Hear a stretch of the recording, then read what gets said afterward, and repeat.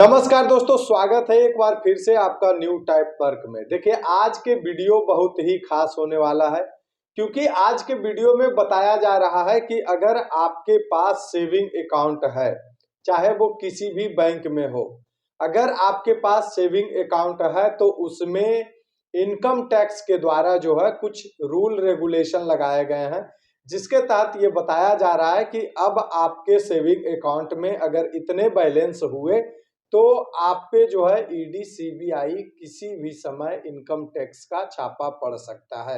इसमें बताया जा रहा है कि सेविंग अकाउंट धारकों के लिए जरूरी खबर, अब इतने पैसे से ज्यादा जमा किए तो आएगा notice, saving account deposit limit notice. मतलब सेविंग अकाउंट में डिपॉजिट का जो है लिमिट का नोटिस जो है वो आयकर विभाग के द्वारा सभी बैंकों को ये नोटिफिकेशन जारी कर दिया गया है कि अगर आपका किसी भी बैंक में सेविंग अकाउंट है तो उसमें आपको सेविंग अकाउंट में आपको कितना पैसा जमा करना है, कितना पैसा डिपॉजिट करके रखना है, ये इनकम डिपार्टमेंट के द्वारा निर्धारित किया गया है। अगर आप उससे ज्यादा अपने सेविंग अकाउंट में डिपॉजिट करते हैं तो आपके घर पे जो है आयकर विभाग का नोटिस भी आ सकता है। तो आज के इस वीडियो में हम पूरी बारीकी से आपको बताएंगे कि आखिरकार सेविंग अकाउंट पे ऐसा क्या नियम लगाया गया है जिसके तहत ये बताया जा रहा है कि अब आपको जो है इतना ही पैसा आपके सेविंग अकाउंट में रखने होंगे। बाकी हम आपको आगे ये भी बताएंगे कि आखिरकार आयकर विभाग के द्वारा कितना पैसा सेविंग अकाउंट में रखने के बारे में बताया जा रहा है कि इतना पैसा आप रखेंगे तो आपका सेविंग अकाउंट सेफ रहेगा। अगर इससे ज्यादा आप पैसा रखते हैं अपने सेविंग अकाउंट में तो आपके घर पे इनकम टैक्स का छापा पड़ सकता है। देखिए, हम आपको बताते हैं, ऐसा बताया जा रहा है कि आज के समय में हर किसी के पास अकाउंट खाता है और जिनके पास भी अकाउंट खाता है उसमें 99% लोगों के पास सेविंग अकाउंट तो जरूर ही है। जी हाँ दोस्तों, सेविंग अकाउंट हर किसी के पास है और सेविंग अकाउंट पे ही ये आयकर विभाग का नया रूल रेगुलेशन लगाया गया है कि देखिए इसमें क्या कहा जा रहा है, हर व्यक्ति की वित्तीय योजना का लाभ एक अहम हिस्सा है। चाहे आप अपनी बचत को सुरक्षित रखना चाहते हैं या नियमित लेन देन करना, सेविंग अकाउंट आपके लिए जरूरी है। हर लोग जो है अपने अमाउंट को सेविंग करने के लिए बैंक में जो है वो खाता खुलाते हैं, सेविंग अकाउंट खुलवाते हैं और उसमें जो है अपने पैसे को रखना जो है वो मुनासिब समझते हैं, सेफ समझते हैं। सेविंग अकाउंट आपके लिए जरूरी है, लेकिन क्या आप जानते हैं कि सेविंग अकाउंट में पैसा जमा करने और निकालने की कुछ नियम होते हैं। इस नियम का पालन ना करने पर आपको इनकम टैक्स का नोटिस का सामना करना पड़ सकता है। इसमें बताया जा रहा है कि अगर आपके पास सेविंग अकाउंट है तो आपको ये पता होना चाहिए कि कितना पैसा रखने पे जो है इनकम टैक्स का नोटिस नहीं आ सकता है। आयकर विभाग के द्वारा बताया जा रहा है कि आप इससे ज्यादा अगर अपने सेविंग अकाउंट में पैसा रखते हैं या जमा करते हैं या निकासी करते हैं, दोनों स्थिति में, या आप अपने सेविंग अकाउंट में जमा करते हैं या निकासी करते हैं, अगर वो पैसों की संख्या इतनी होगी तो आपके घर पे आयकर विभाग का नोटिस जो है वो कभी भी आ सकता है। बाकी हम आपको आगे बताएंगे पूरी डिटेल में कि आखिरकार सेविंग अकाउंट और इनकम टैक्स नियम।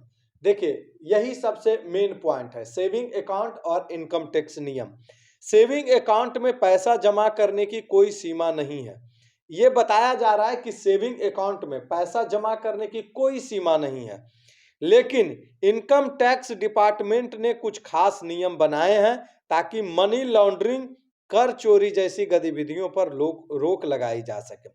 देखिए, बैंक के द्वारा ऐसा कोई नियम नहीं है कि सेविंग अकाउंट में आप कितना पैसा रख सकते हैं, लेकिन ऐसा बताया जा रहा है कि आयकर विभाग के द्वारा ये नियम लगाया गया है कि आप जो है अपने सेविंग अकाउंट में इतना जमा कर सकते हैं, इतना निकाल सकते हैं। और ये आयकर विभाग ने क्यों नियम लगाया है, तो इसमें बताया जा रहा है कि मनी लॉन्ड्रिंग का जो मामला होता था और कर चोरी का जो मामला होता था उस पे अंकुश लगाने के लिए आयकर विभाग ने यह निर्णय लिया है। मतलब मनी लॉन्ड्रिंग नहीं होगा और जो है कर चोरी नहीं होगा। मतलब जो टैक्स लोग भरते थे वो टैक्स की चोरी नहीं होगी, लोग इनकम टैक्स आयकर विभाग को टैक्स भरेंगे। इसमें देखिए बहुत कुछ बताया जा रहा है। इसमें बताया जा रहा है कैश डिपॉजिट लिमिट। सबसे पहले आप समझिए कैश डिपॉजिट लिमिट के बारे में। इसमें बताया जा रहा है कि एक वित्त वर्ष में 10 लाख रुपए से अधिक नगद जमा करने पर नोटिस आ सकती है। अगर एक वित्तीय वर्ष में, वित्तीय वर्ष किसको कहा जाता है, जैसे 25-26, अप्रैल मार्च, अप्रैल मार्च का होता है। क्योंकि आप ये सुनते होंगे कि अभी सरकारी डिपार्टमेंट में, कोई भी सरकारी डिपार्टमेंट में आप जाते होंगे तो सुनते होंगे कि अभी मार्च क्लोजिंग चल रहा है।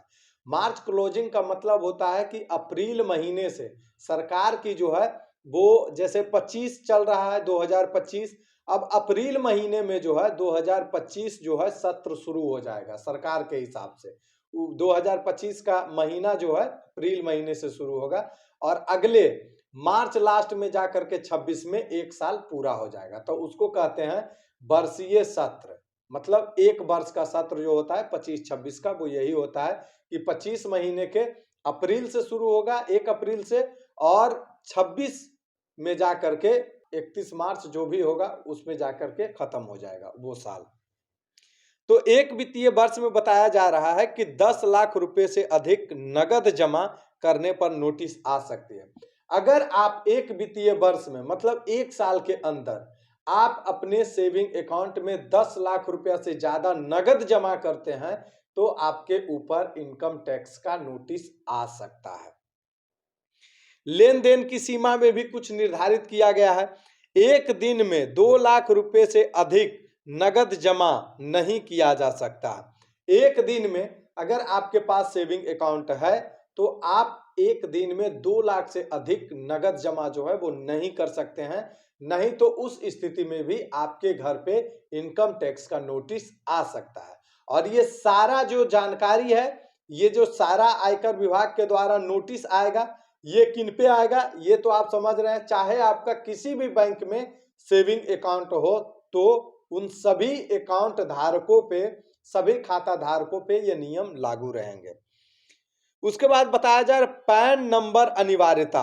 पैन नंबर जो है वो अनिवार्य है। कब अनिवार्य है ये पहले भी आप जानते होंगे, पहले जैसा था वैसा ही स्थिति अभी भी है।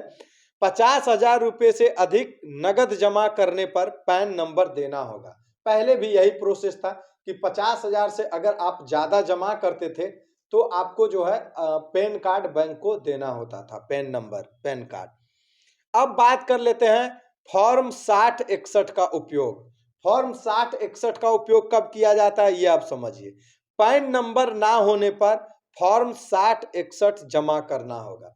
अगर बाय द वे आपके अकाउंट में खाता खुले हुए हैं और आपके पास पैन कार्ड नहीं है, कई ऐसे अकाउंट हैं बहुत पहले के खुले हुए जिनके पास अभी भी पैन कार्ड नहीं है, हालांकि बहुत कम ही लोग होंगे जिनके पास पैन कार्ड नहीं है, लेकिन बैंक के द्वारा ये प्रावधान है, बैंक में ये प्रावधान है कि अगर किन्हीं के पास पैन कार्ड नहीं है और वो 50,000 से अधिक जमा करना चाहते हैं तो उनको बैंक के द्वारा 6061 फॉर्म दिया जाएगा। उस फॉर्म को आपको भर करके जमा करना होगा, तभी आपका जो है 50,000 से ज्यादा पैसा जो है जमा हो सकता है। High value transaction. High value transaction अब क्या है ये आप समझिए। हाई वैल्यू ट्रांजैक्शन 10 लाख रुपए से अधिक के लेन देन को हाई वैल्यू ट्रांजैक्शन माना जाता है।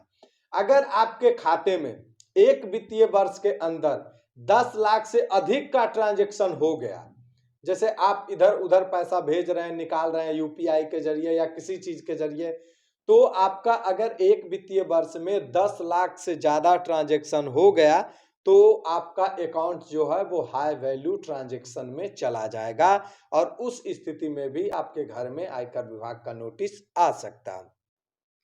अब बात कर लेते हैं टीडीएस कटौती को लेकर। टीडीएस के बारे में आप सभी लोग जानते होंगे। टीडीएस कटौती कहा जा रहा है 1 करोड़ रुपया से अधिक निकासी पर टीडीएस लागू होगा। 1 करोड़ रुपया से अगर आप अधिक निकालते हैं तो आपके ऊपर जो है वो टीडीएस लगेगा और आपको टीडीएस भी सरकार को भरना होगा। तो आपने ये सारी चीजों को समझ लिया। हमने बहुत ही आसान शब्दों में अपने इस वीडियो के माध्यम से आप लोगों को पूरी जानकारी देने का प्रयास किया, लेकिन आप एक थोड़ा सा समझ लीजिए, अगर आप जैसे जो है 10 लाख रुपया से ज्यादा एक वित्तीय वर्ष में ट्रांजैक्शन करते हैं तो आपका जो बैंक होता है या जो भी वित्तीय संस्थान है जिसके तहत आप जुड़े हुए हैं, जिस बैंक के तहत, वो संस्थान जो है आयकर अधिनियम की धारा 114(b) के तहत आयकर विभाग को जानकारी साझा करता है। ये सभी बैंक को जो है वो करना ही करना पड़ता है। ऐसा नहीं है कि आप 10 लाख से ज्यादा ट्रांजैक्शन किए तो आयकर विभाग को पता चल गया फट से, नहीं। 10 लाख से ज्यादा ट्रांजैक्शन अगर आपके अकाउंट में हो जाता है तो बैंक ही जो है उसका नोटिस जो है आयकर विभाग को दे दिया जाता है, जिसमें नियम लगा हुआ है धारा 114(b) के तहत बैंकों को जो है यह जानकारी आयकर विभाग को देना होता है। उसके बाद क्या बताया जा रहा है, 2 लाख रुपए या उससे अधिक नगद जमा करते हैं तो यह सेक्शन 269 ST के तहत आता है और इस पर पेनल्टी लग सकती है। क्या कहा जा रहा है, एक दिन में अगर 2 लाख से ज्यादा ट्रांजैक्शन कर देते हैं तो वो जो सेक्शन लगता है आपके ऊपर वो 269 ST के तहत आप पे जो है सेक्शन लगता है और इस सेक्शन लगने के बाद आपके ऊपर जो है पेनल्टी भी लग सकती है। ये बहुत बड़ी जानकारी हम आपको बता रहे हैं दोस्त। ये वीडियो को सेव कर लीजिएगा, दोस्तों के साथ शेयर कर दीजिएगा।